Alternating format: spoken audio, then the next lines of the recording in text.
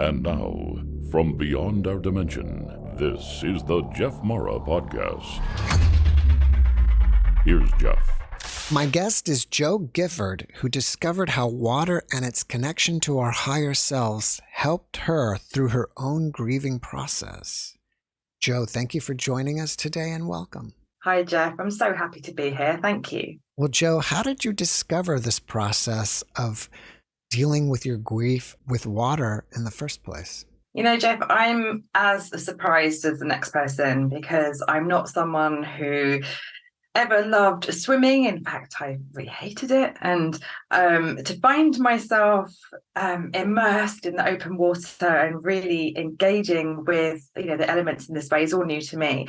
So really, this started for me, if I dial you back to, 2020, and as we all know, that year, even if we say it, does hold so many memories for all of us. And for me particularly in that time, so I'm here in the UK, and in the first wave of lockdowns, my dad had dementia. And he was in a care home, and over here, the care homes were very much at risk early on, and he actually got COVID early on, and he passed away. And that whole process, whatever our thoughts are around what was happening during that time, and I completely understand they're wide and varied. To not be with someone that you love while they're dying is a really, really tough process. And to know that that person's vulnerable, to know that they don't understand what's going on. And, during that time as well, we were all going through so much collectively, weren't we? And I began just walking in the fields near my house. It was like the process of putting one foot in front of another was just so, so kind of like, just keep walking, just keep breathing, just take each day as it comes. And I'm sure, as your audience are, a lot of us are here, as I am. I listen every day to find comfort from the NDE experiences and from what happens during death. They know grief, right? And grief for me during Dad's passing and afterwards was all consuming. And I was trying to find that path literally by doing all we could at that time, which was being outside, just finding those moments of space. At the same time, during that year, we actually lost several relatives, friends from all, for all different things. It was an absolutely tumultuous year for so many reasons. And for my particular journey in family, grief was so huge in it. It was just enormous. And I was finding my own ways to kind of try and navigate it. And I actually live near Cambridge in the UK, and I'm from this area that's actually near the river. And I would be walking past the river on this daily walk of meditation, almost just keep going, just keep going, just keep breathing. And one particular day in summer, I just felt this almost primal urge to get in the water, just to submerge myself. It was a hot day, just to be in the water and just to literally jump in. And I'm not someone who would enjoy doing that usually, but I did. I just kind of followed that urge, got in the water, and it just felt as if there was this sense of being held, this sense of calm. And I came out of there just thinking that felt magical. Whatever that process was, I'm coming back. And so every day I'd be walking back to the river, I'd be having a dip, I'd go for like a little swim. And I didn't know that wild swimming was a thing. Now it's exploded in the UK, and I think it is globally as well. I didn't even know this was a thing. I just knew that I needed to be in the water. And what I discovered was that when you're in a river, in a lake, in the sea, looking up at the skies, you just feel so connected to life and the rhythm of life. And the water became a metaphor for so much that I was processing through grief. I was able to literally go to the river and cry and feel as if my tears became part of something bigger. And I started sharing this on social media. I started sharing pictures of my swims and of my dips, and the poetry that started to, come from me about grief and about how I was finding comfort in this element, in this wild element. And this little splash of water, this little effect of me finding comfort from nature began to spread, Jeff. And as I say, I didn't know wild swimming was a thing. And a few people reached out to me and just said, hey, do you fancy swimming through winter? Cold water is incredible. There's been proven research for all sorts of benefits of cold water for stress, anxiety, depression. And I began swimming through the winter. As the temperature got colder and colder, I'd, take my anxiety, my sadness, my grief, to the river or the lake. And I would get in the water, feel some kind of, it would be anxiety some days I'd be releasing, it would be sadness. I'd come out just feeling, I can go for like another day now, I can process this. And so really, it was the death of my dad, in short, that took me to the river and completely surprised me by how something that's always been there, water's all around me all the time. I didn't know the power of really engaging with the flow of water and the flow of life would have this profound effect on me. Can you tell us about the connection to your higher self? Yeah, so this was a new one on me as well. So there's something for me that I really experienced when I'm in the water. And there's lots of studies, there's all sorts of books and research out now around, from the spiritual side, water having its own conscience, having its own kind of energy. And if we look through, the way that water's been used through all sorts of spiritual practices, we think of holy water, we think of the way that all different cultures have used water as part of their spiritual practice in legend, in culture, in heritage, and also from the fact that it's an element that's part of life. It literally is the flow of life. And I soon found that, my daily or weekly trips, to the river were profoundly impacting my own spiritual practice. This became almost like a little therapy and soul session, to go to the water, to, be with a friend, to be able to talk and to be immersed and almost renewed each time. And I found that all sorts of things began to unravel for me. So I found that my creativity was really heightened after going to the water.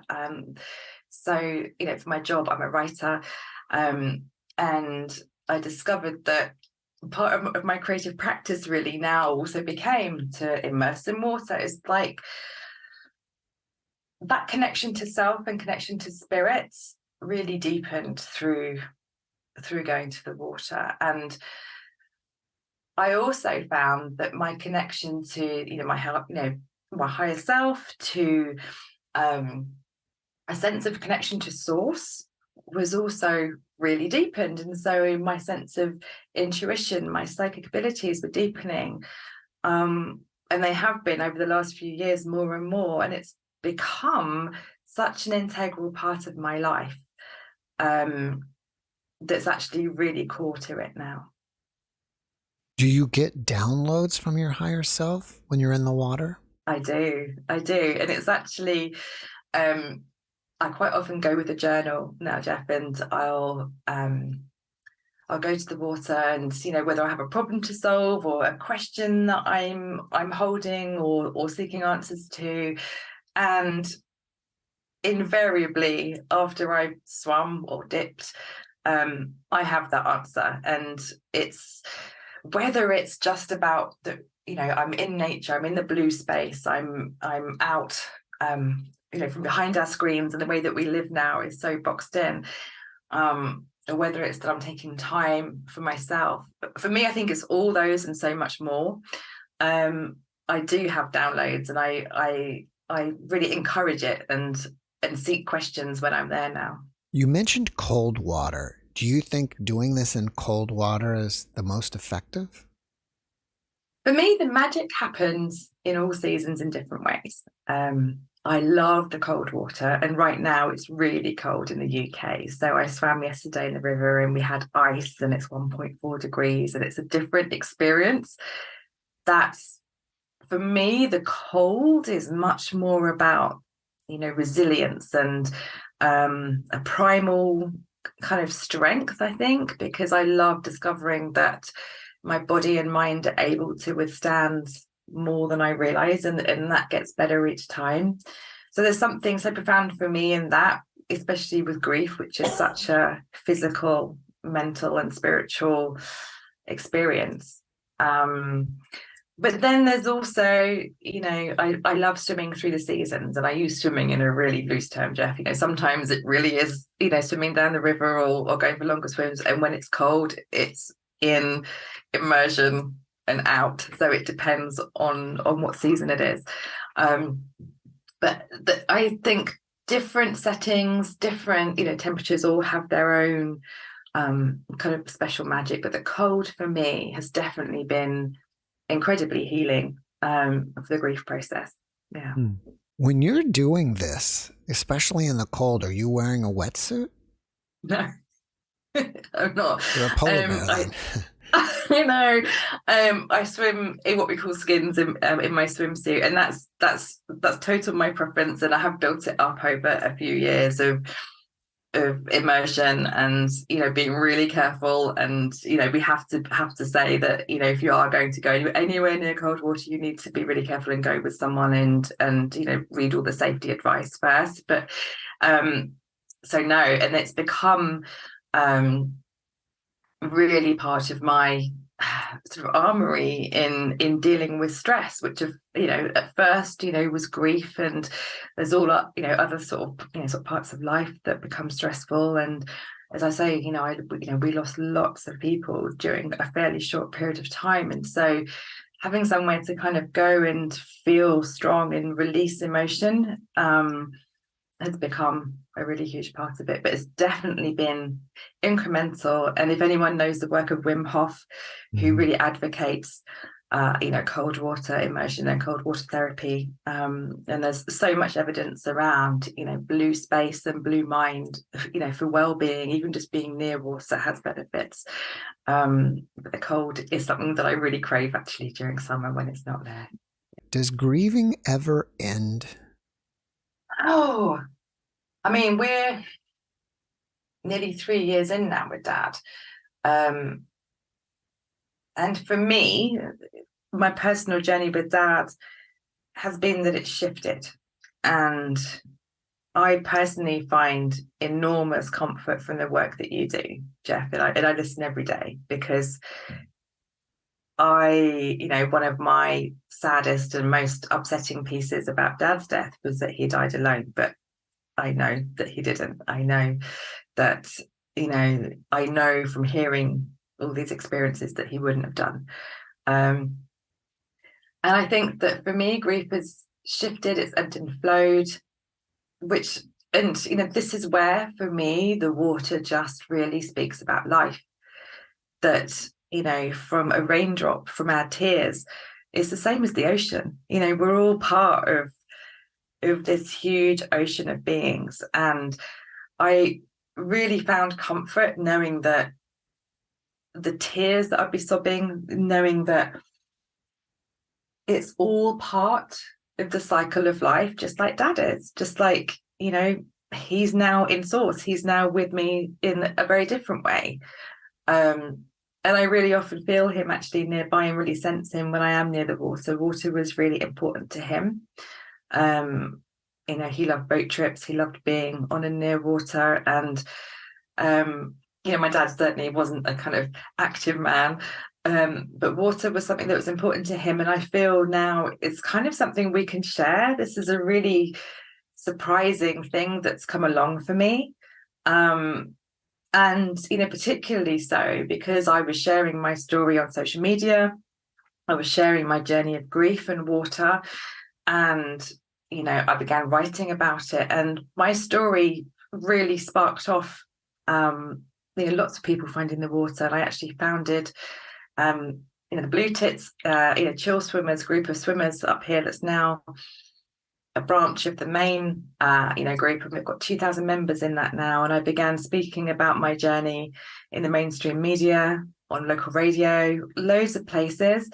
And what I know is that my story has helped other people deal with all kinds of things, with mental health, with grief, with depression, with all the things that we were going through in that year and after. And it's like there's a piece of my purpose that I didn't know would unfold in this way. And I feel like it's a gift from Dad's passing that I've discovered this. It's become a tool for my life, and I've been able to share it with other people. When you do this, do you go to a place that's secluded so you can be alone with the water? Actually, now I do. So when I first started, I tended to go quite often with larger groups of people. And what I discovered, my own preference, is that I prefer to go with perhaps one other friend. So it's a very quiet, soul-led time, really. I find that larger groups of swimmers together is lovely, it's fun, there's a lot of laughs, it can be a great environment. But I found that I'm a real introvert, and the water for me is actually a bit of a sacred space now, and I like to have kind of one conversation in there, or I like it to be a quiet soul space, really. Some people prefer the opposite, and to go down with lots of people and have bonfires and tea and cake afterwards, and a really big social thing, which is amazing. For me, it's the opposite. It does feel that connection to my higher self, to my creativity, to my dad, to just going through another day in the cycle of life is what's important to me. If people want to try this, is there some sort of protocol that they do? Like, do they get in the water and say a prayer or a mantra or something? That's a brilliant question, Jeff. I would say if you want to try this, you'll find your own way. Like I don't have a mantra that I use when I go to the water. For me, each experience is different. I quite often now, when I'm driving to the river or walking there, I can feel my body is almost, I can feel if there's anxiety or depression or sadness or anger or any of those emotions that almost heightens when I get there. It's like my body knows that we have somewhere to go and be held. So I don't have any particular ritual that I do. But it can be lovely to develop your own if you wanted to. So I do go down with a journal, and I will, note down afterwards what's come through. If I'm, feeling particularly like I need to connect further, then I might take my crystals down. I might, pull some tarot spreads while I'm down there. So I don't have a set ritual, but you can, develop your own practice if you wanted to, for sure. If you wanted to advise someone to do that, how would you?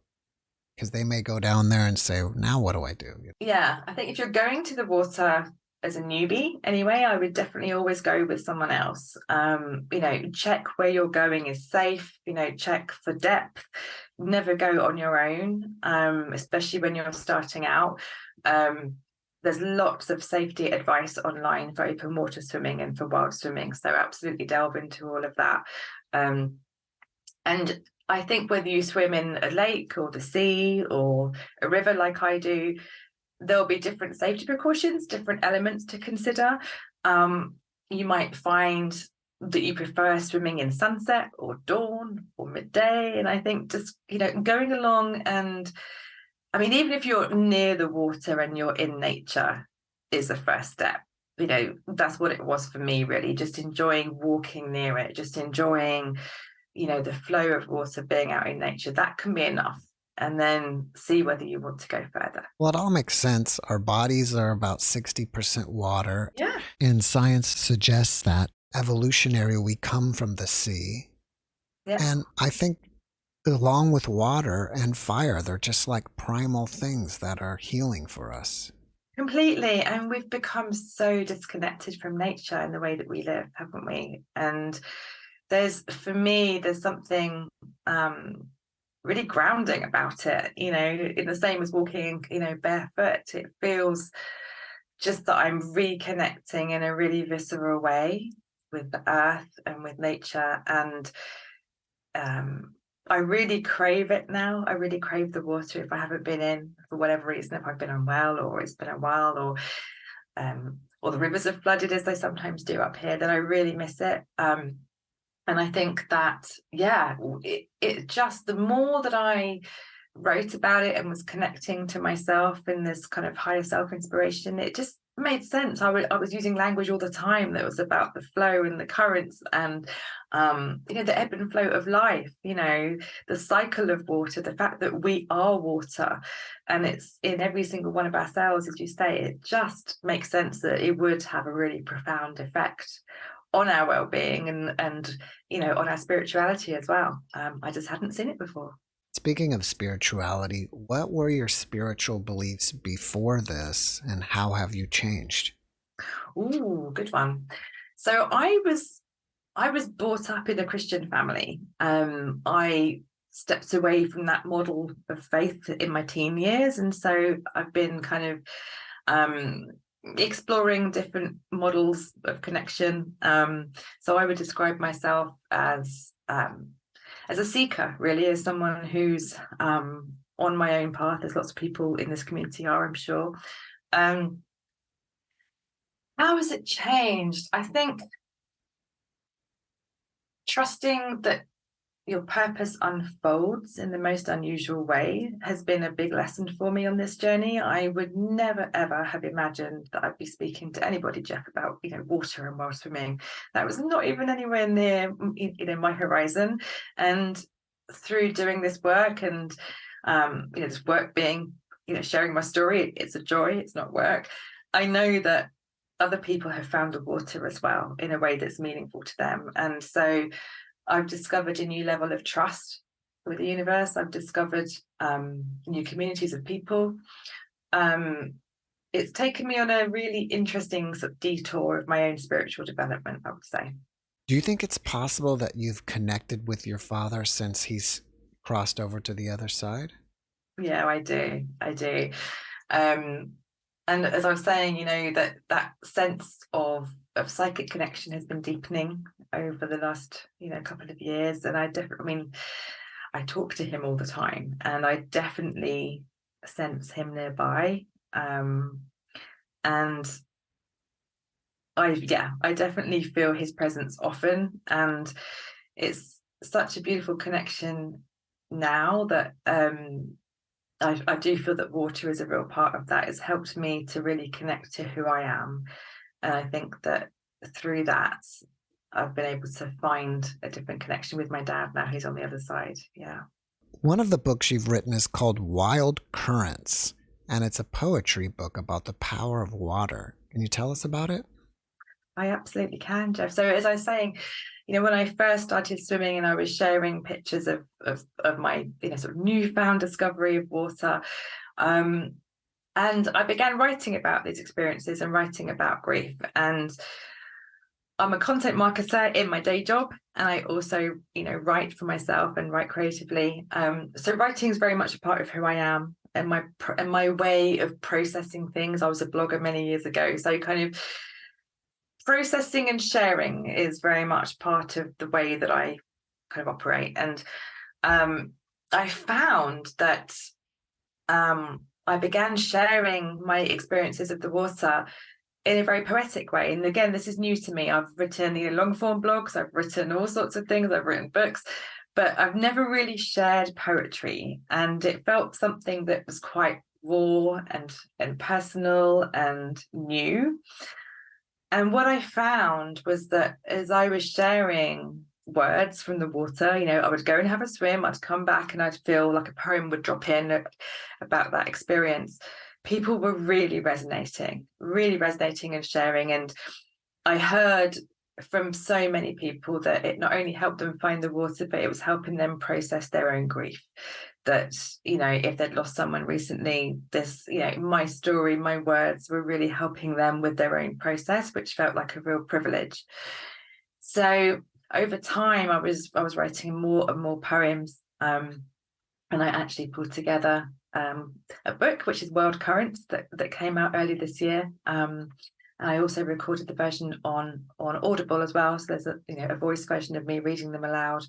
And it's been such an honor. Again, this was a real surprise. This came from left field for me. None of this was on my radar as a path to follow. But hearing how the poetry has affected people has been really surprising, really lovely, and really humbling. How many poems are in your book? Do you know what? I'm not quite sure, Jeff. Let me have a quick look. It's a fairly short book. I think it's about 50. Yeah, there's about 50 poems in here. Some are short and some are long. Would you mind reading us a short one? I would love to read you a short one. Let me pick one. This one's called A Salty Tidal Kiss. Wash the day from my feet, my bones, my veins. Fill me with dust of ancient rocks and stars suspended. The cycle of rising and falling from earth to the heavens made real in your element. It's brilliant. Thank you. There's some stories in there and what I actually did as well as sharing my own, poetry and my own stories of grief with my dad, was I spoke to people who'd had really transformative times for whom water had helped them, and I shared their stories in there. So there's all sorts of incredible humans who found healing from the water, and so it's my own story. It's the story of others who found water's helped them with all sorts of things in life. Grief actually being a main one through it all. And I've shared their stories and had the privilege of sharing that in Wild Currents. So it's been an honor. Have you considered other activities within nature for processing grief, like going on hikes or, fire walks or anything like that? This has been a really surprising thing from discovering wild swimming, is that I feel my kind of sense of adventure is now really, really part of me. So I think there's something about, stripping off next to water and getting in the cold water and having that confidence to do it has inspired something in me. So I've begun paddleboarding. That's become part of my, exercise is the wrong word, but kind of activities that I love to do. I now find and kind of seek out hikes and walks where there's waterfalls, and I'll take my swim stuff with me and I'll find places to go and dip. And I'm always looking for places that I can go and explore. So particularly there's lots of waterfalls down here, like in Cornwall and Scotland and Wales and the Peak District in the UK. So I've begun having little adventures, and just really amazed at how this has opened up something in me that I would never have thought of years ago, that I'd be climbing down cliff sides to jump into waterfalls and to just go and experience these magical places in this way. It's given me confidence. It's helped me to feel strong physically. It's helped me to meet new people as well. This wild swimming community and like-minded people who don't mind breaking the ice in the morning and getting into cold water, are all really friendly, are all sort of really welcoming, and it's kind of opened up a new side of life for me to go and explore. And for me, it's grief is now one part of it. It's one part of the thread. It was the main thing that that really pulled me in at first. And now I find that the water helps me with all kind of, all sorts of pieces of life, sort of navigating parenting and, midlife, work stress, all kinds of things. It's just part of my rhythm now. But I definitely have a list of adventures that I can't wait to go and try. And I'm always open for more. Yeah. That's great. After watching this podcast, people may want to reach out to you and ask you questions about this. Are you open to it? They'd be so welcome to. Absolutely. The best place to find me is on Instagram. So you'll find me on @Jo Gifford on Instagram. So come and say hi, and I'm more than happy to answer questions. Yeah. And before we go, I want to mention that you have a new book out. What's the title of it, and what's that about? Actually, Brilliance Unboxed was out before Wild Currents. Oh. But I think my emails Not helpful on that. So I wrote Brilliance Unboxed. That came out in 2020, actually, before everything kicked off in the world. And it was all about finding your way in life outside of the norm. And I had no clue how that was going to unfold for me. So it's all about, really connecting to your own brilliance and your own way of doing things in work and in life. And again, that was my own sort of personal story that was unfolding before this chapter. So yeah. And I'm assuming that both of your books are on Amazon. They absolutely are. Yeah. All right, great. Well, before we finish up, can you leave us with one last positive message? Oh, yeah. I just want to say, just go and enjoy blue space, and whatever that means for you. If my words have inspired you in any way, just know that we are all part of the cycle of life, and to trust wherever those feet and those footsteps take you each day. Just keep on going, knowing that you never know where it might lead you. Jo, thank you for that message, and thank you again for being my guest. It's a pleasure. Thank you so much, Jeff. Thanks for watching the JeffMara podcast. I really appreciate you. Another way to show support is through YouTube memberships. And if you do, there are loyalty badges and other perks depending on your level of membership. All you need to do is click the join button underneath the video to find out more. Thank you for your support.